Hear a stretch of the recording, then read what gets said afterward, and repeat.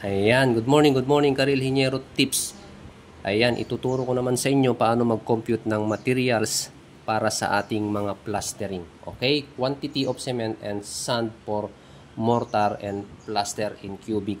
Okay, so ang ating pag-uusapan lamang ay plastering mga idol. As you can see, meron na tayong figure dito, 10 by 3. Kung may mga poste yan at may mga openings, pakiles na lang po yung area noon. Okay? So, ang class mixtures na gagamitin natin ay class B.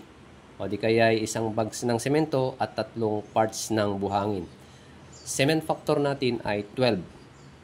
Okay? Sand factor natin is 1. Solution by volume method tayo mga idol. Okay? So, nag-assume lang tayo ng thickness na 16 mm. Pwede nyong baguhin yan, depende sa layout ng CHB ninyo. Okay, so step number 1, find the two sides area of the wall.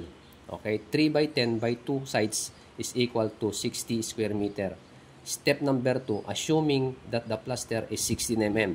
Okay, pwedeng magbago yan, depende sa layout ng inyong mga hollow blocks. Okay, so yan lang yung inassign natin. Okay, 0.016 meter. Average thickness, determine the volume of plaster. So, kukunin lang natin yung volume nito mga idol. Paano? Yung area multiply by the thickness. Okay? So, ito 60 square meter multiply by the thickness is equal to 0.96. Step number 3, solve for the cement and sand. Refer to table 2-1. Okay? Merong table tayong sinusundan mga idol using 40 kilograms cement. Class B mixtures. Okay? Para makuha na natin yung quantity ng semento, yung nakuha nating volume doon, substitute lang natin nito mga idol, 0.96 multiplied by 12 is equal to 1152, say 12 bags.